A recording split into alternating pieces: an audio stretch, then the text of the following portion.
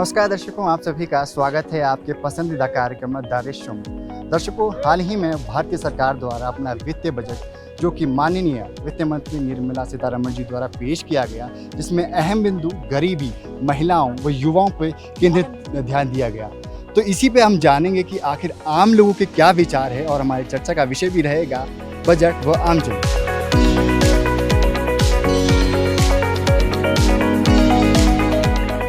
सबसे पहले मैं चाहूँगा कि आप हमारी आम जनता को बजट के बारे में बताएं। आखिर सरल भाषा में बजट होता क्या है और किसी भी देश के लिए बजट इतना ज़रूरी क्यों होता है?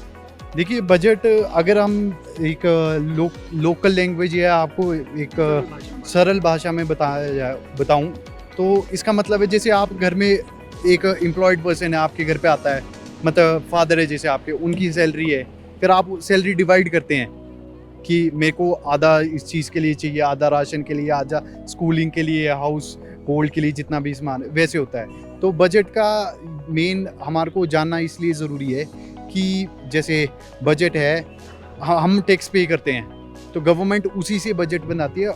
हमारे को पता होना चाहिए कि वो जो टैक्स हम पे कर रहे हैं वो गवर्नमेंट उसका बजट बना के कहाँ कहाँ इन्वेस्ट कर रही है और कहाँ कहाँ हमारा फ़ायदा हो रहा है। इसका मतलब सबको जानना ज़रूरी है इसके बारे में, बजट का।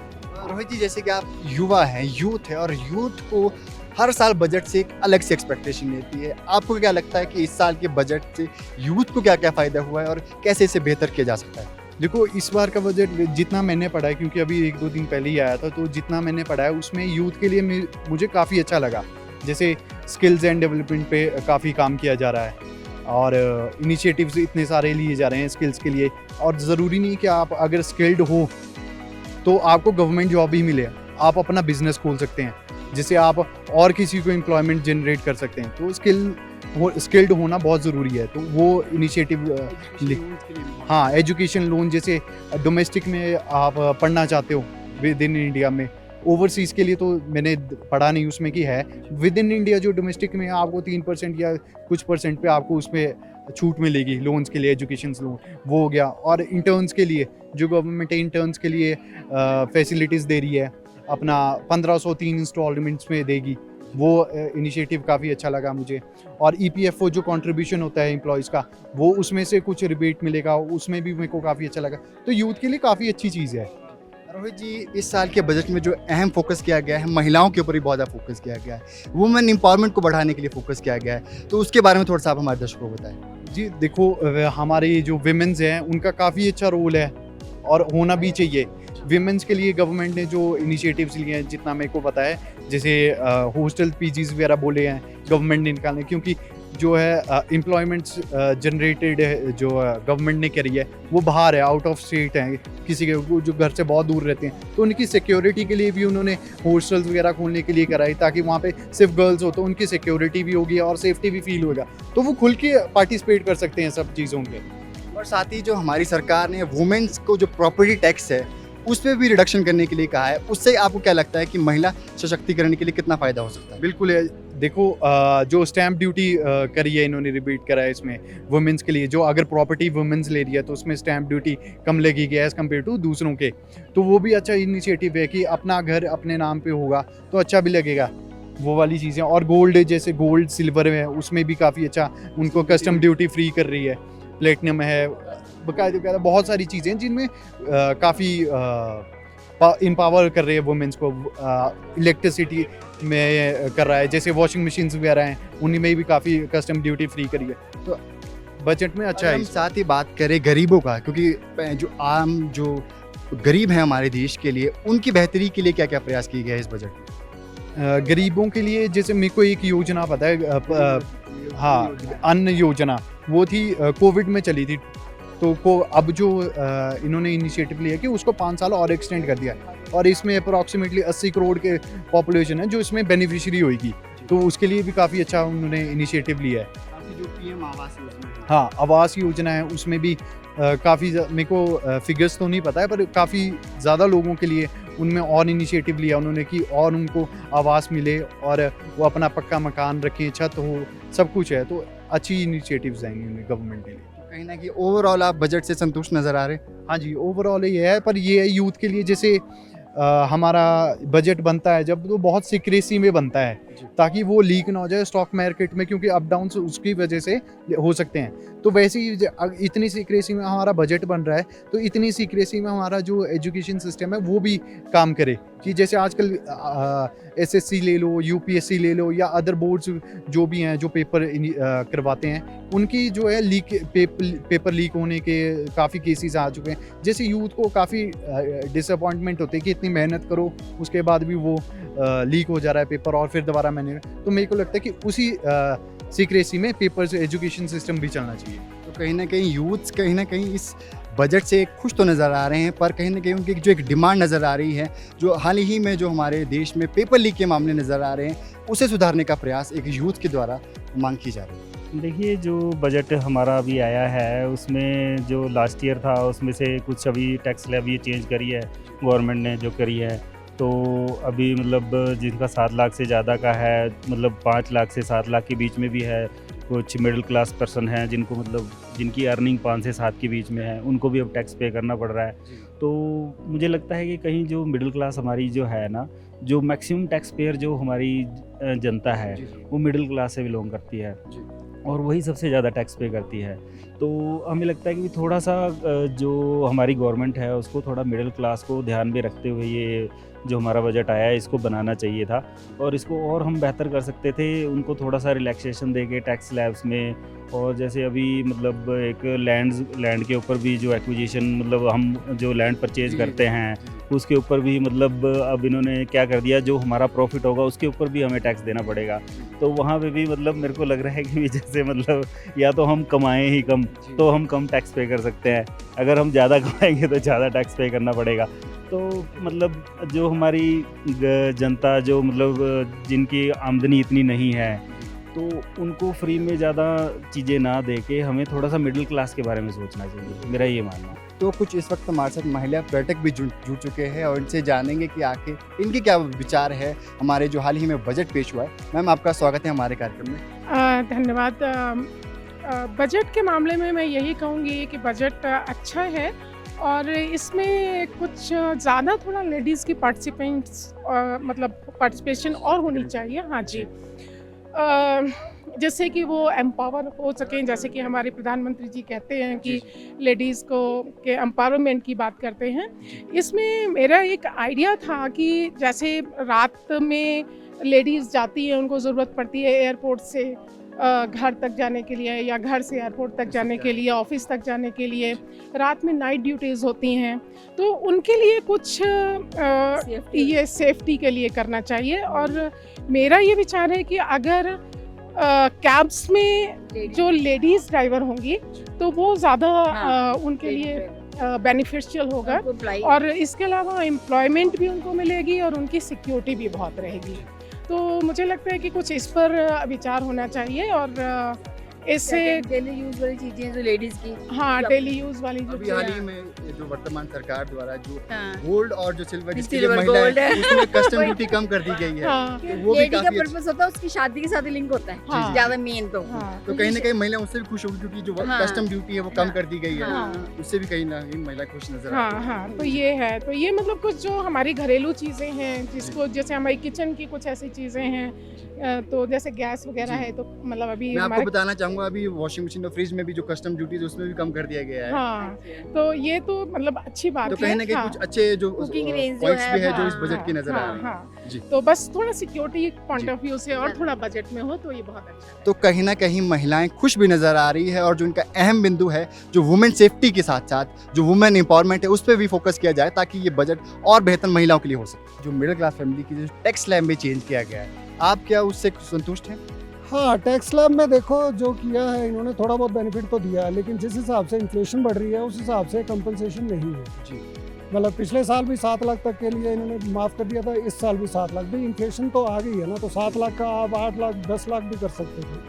जो नॉर्मल आदमी जो 6-7 लाख कमा रहा है उसको फैमिली चलानी कितनी मुश्किल है। लेकिन ठीक है, गवर्नमेंट के अपने कंस्ट्रेंट्स होंगे, उन्होंने डेवलपमेंट के लिए भी फंड्स इकट्ठे करने हैं। और साथ ही अगर हम बात करें महिलाओं के एम्पावरमेंट के लिए, तो उसके लिए भी काफ़ी जो प्रयास जो हमारी सरकार द्वारा किए गए। देखो करते तो हैं, पहले भी आया था कि भी इतने परसेंटेज वुमेन होनी ही चाहिए, लेकिन क्या वो एक्चुअल में इम्प्लीमेंट हो भी पा रहा है कि नहीं, ये मतलब स्टिल टू बी सीन। मेरे को लगता नहीं है कि भी उतना कर पा रहे हैं, लेकिन हाँ एक कदम तो है। दूसरा जो ये सबसे ज़्यादा इग्नोर कर रहे हैं इंडिया के अंदर, पॉपुलेशन का। हम तो बचपन से पढ़ते आ रहे हैं कि भी पॉपुलेशन को कंट्रोल करेंगे तो सब कुछ होगा, सब इकोनॉमी भी ठीक हो जाएगी और लोगों को फैसिलिटीज़ भी ज़्यादा मिलेंगी और इंडिया ग्रो भी करेगा। जितना कुछ इंडिया के पास सरप्लस बचता है वो सारा का सारा फ्री में बांटने में लगा देते हैं, तो क्या बेनिफिट क्या हो रहा है? इंडिया तो वहीं का वहीं है, कोई डेवलपमेंट तो आई नहीं है। सब कुछ है इंडिया में लेकिन डेवलप नहीं हो पा रहा। क्यों? क्योंकि कंट्रोल ही नहीं है, अंधाधुंध चल रहा है, मतलब प्लानिंग चाहिए उसमें। और सर अभी इस बजट में जो सरकार ने कहा है कि हम अनएम्प्लॉयमेंट को कम करने के लिए जो स्किल्स है उसको एम्पावर करेंगे, ताकि क्योंकि जो अनएम्प्लॉयमेंट का जो मेन रीज़न है वो विदाउट स्किल जो हमारे पास जो यूथ्स है उसको बेहतर किया जाएगा। तो आपको क्या लगता है कि अगर हम यूथ्स की स्किल्स को बेहतर करेंगे तो ये जॉब्स की अपॉर्चुनिटी क्रिएट कर सकता है? देखो, स्किल डेवलप करनी अलग चीज़ है। या तो ये होना कि भी किसी पॉइंट पे या किसी उस फैक्ट्री के अंदर स्किल्ड उसकी लेबर की कमी है, फिर तो हम कहें कि स्किल आप इम्प्रूव करोगे तो वो एम्प्लॉयमेंट मिल जाएगी। हर जगह पे जिस भी फील्ड में जाओगे इंडिया के अंदर वहाँ पर सैचुरेशन है। अगर 10 वैकेंसी हैं तो उसके लिए 50 आदमी आपको मिल जाएंगे। तो स्किल्स डेवलप करके भी क्या होगा? अपॉर्चुनिटीज़ भी तो डेवलप करो ना।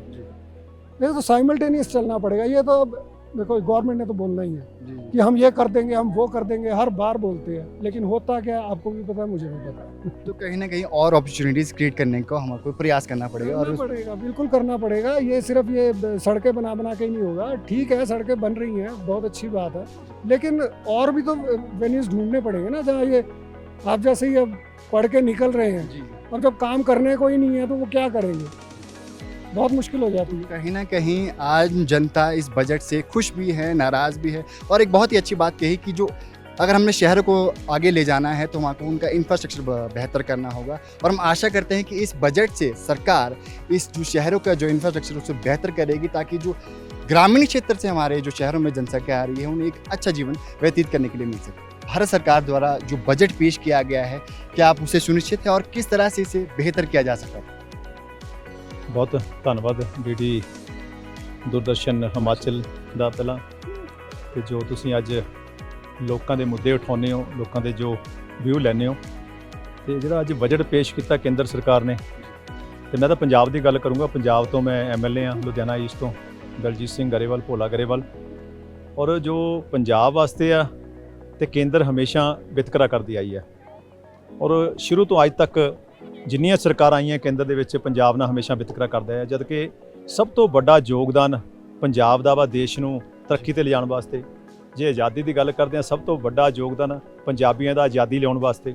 ਤੇ ਜੇ ਆਪਾਂ ਦੇਸ਼ ਨੂੰ ਪੈਰਾਂ ਤੇ ਖੜਾ ਕਰਨ ਵਾਸਤੇ, ਦੇਸ਼ ਨੂੰ ਅਨਾਜ ਪੈਦਾ ਕਰਕੇ ਦੇਣ ਵਾਸਤੇ ਸਭ ਤੋਂ ਵੱਡਾ ਯੋਗਦਾਨ ਪੰਜਾਬੀਆਂ ਦਾ। ਜਦੋਂ ਕਿ ਸਾਡਾ ਦੇਸ਼ ਬਾਹਰਲੇ ਦੇਸ਼ਾਂ ਤੋਂ ਅਨਾਜ ਮੰਗਵਾਉਂਦਾ ਸੀ, ਅੱਜ ਪੰਜਾਬੀਆਂ ਨੇ ਹਰ ਦੇਸ਼ ਦੇ ਵਿੱਚ, ਹਰ ਸਟੇਟ ਦੇ ਵਿੱਚ ਜਾ ਕੇ ਜ਼ਮੀਨ ਦਾ, ਧਰਤੀ ਦਾ ਸੀਨਾ ਪਾੜ ਕੇ ਅਨਾਜ ਪੈਦਾ ਕਰਕੇ ਅੱਜ ਦੇਸ਼ ਨੂੰ ਪੈਰਾਂ ਤੇ ਖੜਾ ਕੀਤਾ। ਤੇ ਪਰ ਪੰਜਾਬ ਨਾਲ ਹਮੇਸ਼ਾ ਵਿਤਕਰਾ ਹੁੰਦਾ ਆਇਆ।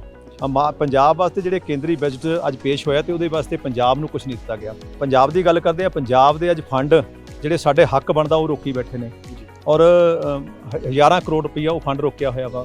ਤੇ ਹੁਣ ਜਿਹੜਾ ਬਜਟ ਪੇਸ਼ ਹੁੰਦਾ ਹੈ ਉਹਦੇ ਵਿੱਚ ਪੰਜਾਬ ਵਾਸਤੇ ਕੁਝ ਵੀ ਨਹੀਂ ਕੀਤਾ ਗਿਆ, ਔਰ 0% ਨਹੀਂ ਕੀਤਾ। ਜਦ ਕਿ ਪੰਜਾਬ ਦਾ ਸਭ ਤੋਂ ਵੱਡਾ ਯੋਗਦਾਨ ਦੇਸ਼ ਦੀ ਤਰੱਕੀ ਵਾਸਤੇ ਆ, ਤੇ ਅੱਜ ਵਿਤਕਰਾ ਹੋ ਰਿਹਾ। ਤੇ ਇਹਦੇ ਵਾਸਤੇ ਜ਼ਰੂਰ ਸੋਚਣਾ ਚਾਹੀਦਾ ਵਾ। ਤੇ ਜੋ ਹਿਮਾਚਲ ਬਾਰੇ ਪਤਾ ਲੱਗਿਆ, ਤੇ ਹਿਮਾਚਲ ਨੂੰ ਵੀ ਕੁਝ ਨਹੀਂ ਦਿੱਤਾ ਗਿਆ। ਔਰ ਜਿੱਥੇ ਕਹਿ ਸਕਦੇ ਵੀ ਕੇਂਦਰ ਦੀ ਸਰਕਾਰ ਭਾਜਪਾ ਦੀ ਸਰਕਾਰ ਹੈ, ਤੇ ਜਿੱਥੇ ਓਪੋਜੀਸ਼ਨ ਵਾਲੀ ਸਰਕਾਰਾਂ ਨੇ, ਹੋਰ ਪਾਰਟੀਆਂ ਦੀਆਂ ਸਰਕਾਰਾਂ ਨੇ, ਉੱਥੇ ਵਿਤਕਰਾ ਕੀਤਾ ਜਾਂਦਾ ਖਾਸ ਕਰਕੇ। ਔਰ ਜਿਵੇਂ ਕਿ ਹਿਮਾਚਲ ਦੇ ਵਿੱਚ ਵੀ ਕਾਂਗਰਸ ਦੀ ਸਰਕਾਰ ਹੈ ਤੇ ਇੱਥੇ ਵੀ ਵਿਤਕਰਾ ਕੀਤਾ ਕਿਉਂਕਿ ਭਾਜਪਾ ਨੇ, ਤੇ ਔਰ ਪੰਜਾਬ ਦੇ ਵਿੱਚ ਆਮ ਆਦਮੀ ਪਾਰਟੀ ਸਰਕਾਰ ਹੈ ਤੇ ਉੱਥੇ ਵੀ ਵਿਤਕਰਾ ਕੀਤਾ ਗਿਆ। ਤੇ ਵਿਤਕਰਾ ਨਹੀਂ ਹੋਣਾ ਚਾਹੀਦਾ, ਕਿਉਂਕਿ ਅਸੀਂ ਜੋ ਵੀ ਆ, ਚਾਹੇ ਉਹ ਪੰਜਾਬ ਆ, ਚਾਹੇ ਹਿਮਾਚਲ ਆ, ਚਾਹੇ ਹਰਿਆਣਾ ਵਾ, ਚਾਹੇ ਮਹਾਰਾਸ਼ਟਰ ਆ, ਚਾਹੇ ਵੈਸਟ ਬੰਗਾਲ ਆ, ਤੇ ਕੋਈ ਵੀ ਹੈ ਉਹ ਮਤਲਬ ਕਿ ਇੰਡੀਆ ਦਾ ਹਿੱਸਾ ਵਾ, ਮਤਲਬ ਕਿ ਭਾਰਤ ਦਾ ਹਿੱਸਾ ਵਾ। ਤੇ ਬਰਾਬਰ ਦੇ ਮਤਲਬ ਕਿ ਇੱਥੋਂ ਚਾਹੇ ਇਨਕਮ ਟੈਕਸ ਦੀ ਗੱਲ ਕਰਦੇ ਹਾਂ, GST ਦੀ ਗੱਲ ਕਰਦੇ ਹਾਂ, ਹਰ ਥਾਂ ਤੋਂ ਮਤਲਬ ਕਿ ਬਰਾਬਰ ਮਤਲਬ ਕਿ ਉਹ ਕੇਂਦਰ ਨੂੰ, ਸਰਕਾਰ ਨੂੰ GST ਕੀ ਇਨਕਮ ਟੈਕਸ ਉਹਦੇ ਰੂਪ ਦੇ ਵਿੱਚ ਪੈਸੇ ਜਾਂਦੇ ਨੇ। ਉਹ ਹਰੇਕ ਦਾ ਹੱਕ ਬਰਾਬਰ ਬਣਦਾ, ਹਰੇਕ ਨੂੰ ਬਰਾਬਰ ਰੱਖਿਆ ਜਾਣਾ ਚਾਹੀਦਾ, ਕਿਸੇ ਦੀ ਸਰਕਾਰ ਹੋਵੇ। ਮੇਰਾ ਕਹਿਣ ਦਾ ਮਤਲਬ, ਜੇ ਕੇਂਦਰ 'ਚ ਭਾਜਪਾ ਦੀ ਸਰਕਾਰ ਹੈ, ਜੇ ਦੂਜੇ ਪਾਸੇ ਸਟੇਟਾਂ ਦੇ ਵਿੱਚ ਹੋਰ ਸਰਕਾਰਾਂ ਨੇ, ਤੇ ਉਹਨਾਂ ਦਾ ਵਿਤਕਰਾ ਨਹੀਂ ਹੋਣਾ ਚਾਹੀਦਾ, ਉਹਨਾਂ ਨੂੰ ਵੀ ਬਰਾਬਰ ਰੱਖਣਾ ਚਾਹੀਦਾ, ਉਹਨਾਂ ਨੂੰ ਵੀ ਬਰਾਬਰ ਉਹਨਾਂ ਦਾ ਬਣਦਾ ਹੱਕ ਮਿਲਣਾ ਚਾਹੀਦਾ। तो इस वक्त हमारे साथ कुछ सुंदर सुंदर महिला पर्यटक भी जुड़ चुके हैं। सबसे पहले मैम मैं आप सभी का स्वागत करना चाहूँगा हमारे कार्यक्रम में, और मैं चाहूँगा कि आप अपने बारे में थोड़ा सा हमारे दर्शकों को बताएं। हम हरियाणा से आए हैं स्काउट्स एंड गाइड की टीम लेके, और बच्चे भी हैं और हमारे शिमला साथ। आके आपको कैसा लग रहा है? बहुत अच्छा लग रहा है, बहुत एंजॉय करें हम शॉपिंग को यहाँ पे। अगर हम बात करें आज के टॉपिक के लिए, बजट और आमजन, अभी हाल ही में जो बजट हमारे फाइनेंस मिनिस्टर निर्मला सीतारमण जी द्वारा पेश किया गया है, उसमें वुमेन एम्पावरमेंट के लिए बहुत ज़्यादा फोकस किया गया है। आपको क्या लगता है कि आप इस बजट से खुश हैं, और किस तरह से इस बजट को बेहतर किया जा सकता था महिलाओं के लिए? खुश हैं, ठीक है। अभी हमने डिटेल में तो पढ़ा नहीं है, पर ठीक है। और अगर हम बात करें इसे सुधारने की, इस बजट को और आगे ले जाने की, तो आपको क्या लगता है किन किन टॉपिक्स पे हमारी गवर्नमेंट को फोकस करना चाहिए? एक तो मैं समझती हूँ जब वीमेन एम्पावरमेंट की बात कर रहे हैं, तो जब वीमेन काम कर रही है तो उनकी टैक्स स्लैब में उन्हें रिलैक्सेशन और दी जा सकती है।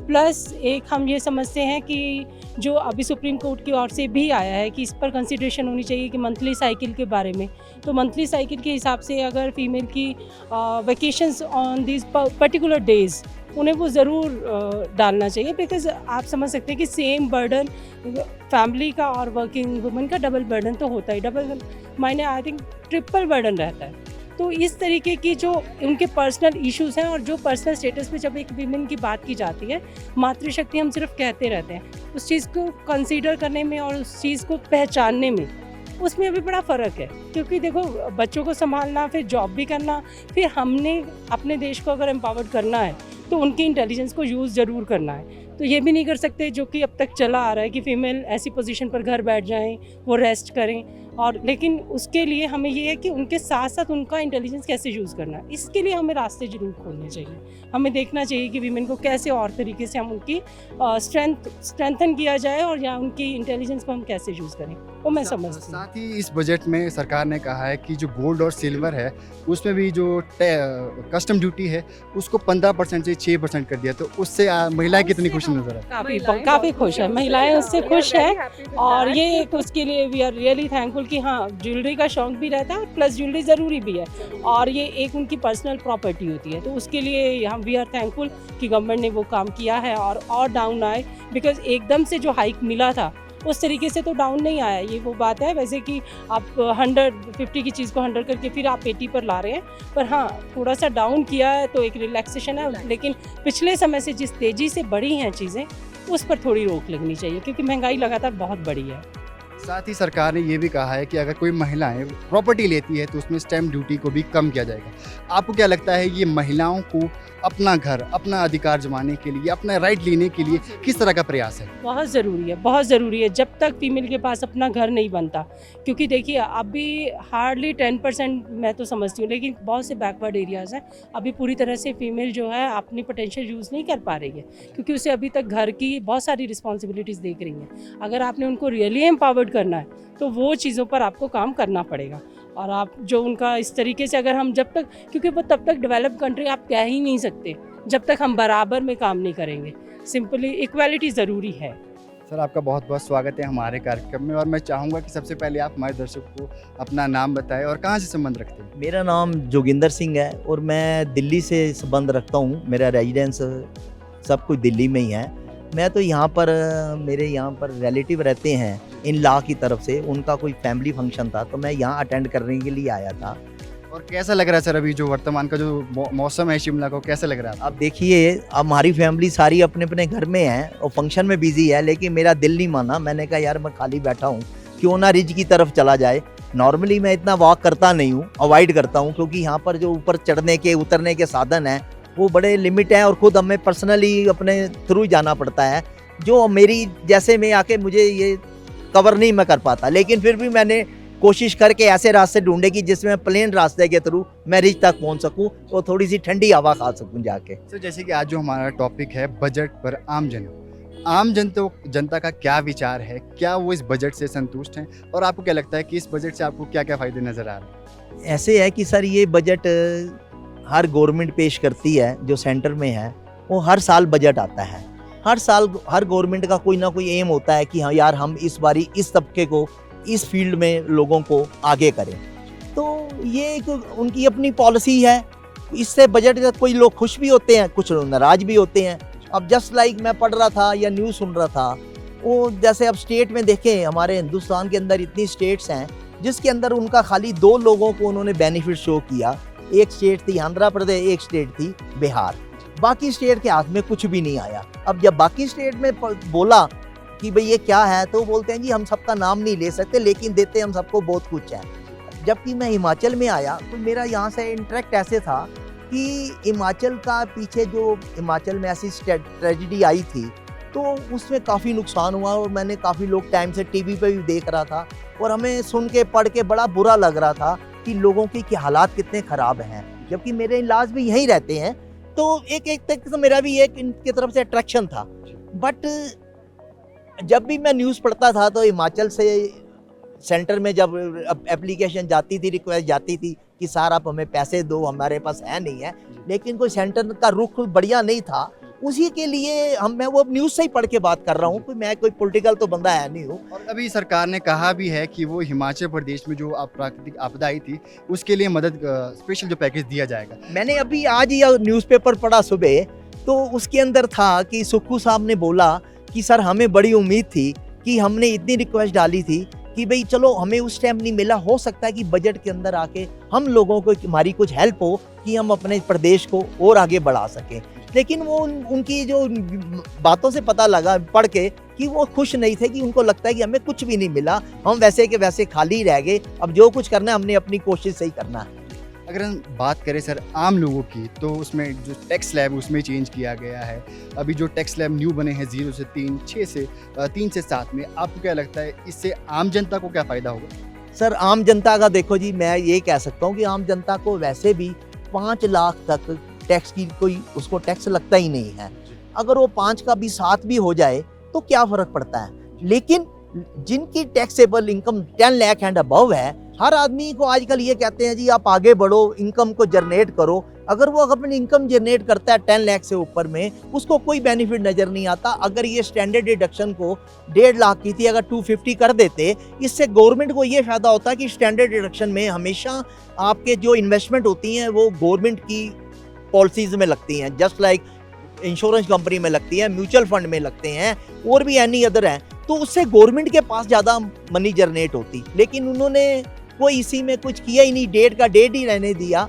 तो मैं नहीं समझता इस बजट में कोई आम आदमी को कुछ ज़्यादा कोई अच्छा लग रहा होगा। हम तो समझते थे कि इस बजट में आम आदमी को मनी मैटर में, इनकम टैक्स में कुछ ज़्यादा बेनिफिट मिलेगा। बाकी तो जो गवर्नमेंट है हमारी चुनी, वो उसके हाथ में है, वो जैसे ठीक समझते हैं। इन फ्यूचर हमारी बात को गौर में रख के आगे लोगों की तरफ जन लोग जो हैं उनको भी कुछ फ़ायदा मिलेगा, हम तो यही कहते हैं सर। तो कहीं ना कहीं लोगों की आशाएं जो टैक्स स्लैब को लेकर बहुत ज़्यादा थी, वो चाह रहे थे कि इस जो टैक्स स्लैब में और चेंजेस किए जाए ताकि जो मिडिल क्लास फैमिली हैं उन्हें और प्रॉफिट देखने के लिए मिले। बजट आमतौर पर संतोषजनक है। बजट सरकार जनता के हित के लिए प्रावधान करती है, लेकिन मेरा मानना यह है कि बजट का धरातल पर उसका उपयोग होना चाहिए, तभी आम जनता को उसका फ़ायदा मिल सकता है। जैसे कि इंद्र जी, हम जानते हैं कि हिमाचल प्रदेश है, वहाँ पे ज़्यादातर जो आबादी है कृषि से जुड़ी हुई है, और कृषि के लिए भी भारत सरकार द्वारा बहुत ज़्यादा प्रयास किए गए। आपको क्या लगता है कि इन प्रयासों से हिमाचल प्रदेश के किसानों को कितना फ़ायदा हो सकता है? देखो, कृषि के लिए जो बजट का प्रावधान हुआ, जैसे आवास योजना है, ये निश्चित तौर पर आम जनता के हित में है। जिनके पास मकान नहीं है उनके लिए आवास मिलेगा, ये बहुत अच्छी योजना है। और साथ ही साथ किसान, ये बात ठीक है कि 80% जो है ना हमारी कृषि पर निर्धारित है हमारी जनता। मैं हिमाचल प्रदेश से हूँ, जिला शिमला से हूँ। जिला शिमला हमें अधिकतर जो हमारी उपज होती है सेब का उत्पादन होता है, तो सेब पर मेरा सुझाव रहेगा भारत सरकार से कि जो सेब पर ये कस्टम ड्यूटी लगी जो है, ये कुछ में कटौती होनी चाहिए, क्योंकि हमारा सेब जो है ना बहुत कम दामों में बिक रहा है। अभी भी स्टोर में जो सेब था उसकी बहुत ही दुर्दशा हुई है। हम चाहते हैं कि किसानों, बागवानों के लिए विशेष सोचना चाहिए, और किसानों के लिए आमतौर पर किसान जो है ना जी अपनी खून पसीना बहा करके देश की जनता का पेट पालता है। किसान वर्ग ऐसा, मैं क्योंकि किसान वर्ग से मैं रहा हूँ, मैं किसान में जिला में भी रहा हूँ, मंडल महामंत्री रहा हूँ, जिला में किसान मोर्चा में उपाध्यक्ष रहा हूँ, कृषि सलाहकार समिति का भी सदस्य रहा हूँ। हमने भी उस वक्त काफ़ी प्रयास किए थे और सरकार के समक्ष हिमाचल प्रदेश सरकार से भी हमने बहुत सारे मुद्दे उठाए थे, सब्जी मंडी वगैरह खोलने इत्यादि के, जिसमें हमें सफलता भी प्राप्त हुई। जैसे पराला मंडी है, मेरा सुझाव रहा है कि उस स्थान पर वहाँ पर पराला मंडी बन सकती है और वो बाद में सरकार द्वारा, हिमाचल सरकार द्वारा उसको मंडी बनाएगी। आज मंडी बहुत ही अच्छी सुचारू रूप से चल रही है और आम जनता को वहाँ से फ़ायदा हो रहा है। तो दर्शकों, आज हमने जाना कि इस साल के बजट से आम आदमी, महिलाएं, गरीब व किसान कितना संतुष्ट हैं और किस तरह से इस बजट को बेहतर किया जा सकता था ताकि ये आम जनता के लिए और बेहतर से कार्य कर सके। दर्शकों, वक्त हो चुका है आपसे विदा लेने का। फिर मुलाकात होगी इसी जगह पर एक नए विषय को लेकर। तब तक के लिए जय हिंद, जय हिमाचल।